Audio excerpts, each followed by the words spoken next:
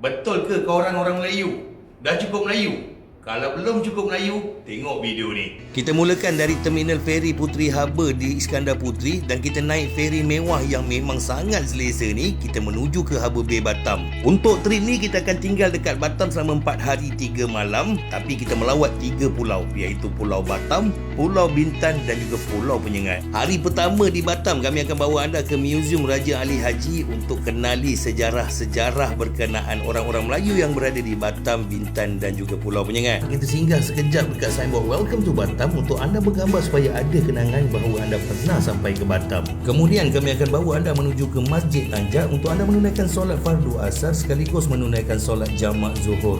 Selesai sahaja makan malam, kami bawa anda pulang ke hotel untuk anda berehat untuk hari pertama. Hotel yang kami sediakan adalah hotel yang bertaraf 4 bintang. Pada hari kedua, selesai je sarapan pagi di hotel, kami terus bawa anda untuk bergambar di Jambatan Barelang. Kemudian kami akan bawa anda pula ke Masjid Sultan Mahmud Yahya Shah di mana masjid ini mempunyai kubah yang terbesar di Indonesia. Setelah selesai makan tengah hari, kami bawa pula anda ke DC Mall untuk anda membeli belah di sana. Kami bawa anda ke masjid bersejarah iaitu Masjid Cheng Ho untuk anda menunaikan solat asar, dan selesai solat kami bawa pula anda ke Kelang Kek Lapis yang berada di Golden City. Kemudian kami akan bawa anda ke Masjid Jabal Arafah untuk anda menaiki menara masjid ini untuk anda menikmati pemandangan di seluruh Batam. Kami bawa pula anda ke Batamia oleh-oleh untuk anda bershopping oleh-oleh untuk bawa pulang ke Malaysia, dan selesai makan malam kami bawa pulang anda ke hotel untuk berehat. Pada hari ketiga, selesai je sarapan pagi, kami akan bawa anda menaiki feri untuk menuju ke Tanjung Pinang di Pulau Bintan.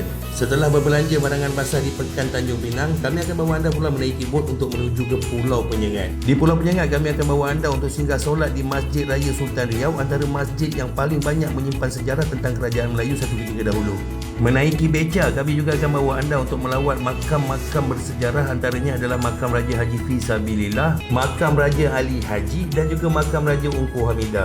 Kemudian kami akan bawa anda melawat ke Balai Adat untuk anda menikmati suasana istana Raja-Raja Melayu pada zaman dahulu. Dan selesai menjelajah ke Pulau Penyengat, kami bawa anda pulang semula ke Bintan untuk menuju ke salah sebuah galeri hasil kraf tangan anak-anak tempatan. Destinasi seterusnya, kami akan bawa pula anda untuk healing di Danau Biru dan juga gurun pasir sambil-sambil minum air kelapa sejuk. Dah puas bergambar dekat sini, kami bawa anda menuju ke Tanjung Uban untuk menaiki speedboat untuk pulang ke Batam. Sampai di Batam, anda akan terus dibawa untuk menikmati makan malam sebelum pulang ke hotel. Pada hari keempat, kita sarapan pagi lewat sikit sebab lepas sarapan pagi kita nak terus check out dari hotel. Sebelum gerak pulang ke Johor, kami akan bawa dulu anda untuk shopping barangan-barangan kering dan juga barangan basah di Pekan Batam, dan kemudian kami akan bawa juga anda ke Nagoya Hill Mall untuk anda bershopping sakan sepuas-puasnya. Setelah selesai semuanya, barulah kami bawa anda pulang semula ke Harbour Bay untuk menaiki feri yang mewah ni untuk pulang ke Puteri Harbour Johor. Pakej percutian 4 hari 3 malam di Batam, Bintan dan juga Pulau Penyengat ini diberi nama Pakej Percutian Batam Klasik. Bermodalkan tidak sampai RM1,500 seorang, kami pihak Gemilang Rasa Travel boleh menguruskan percutian anda sama macam dalam video ni. Untuk maklumat lanjut, hubungi kami di Gemilang Rasa Travel, Umrah dan Haji Sendirian Berhad.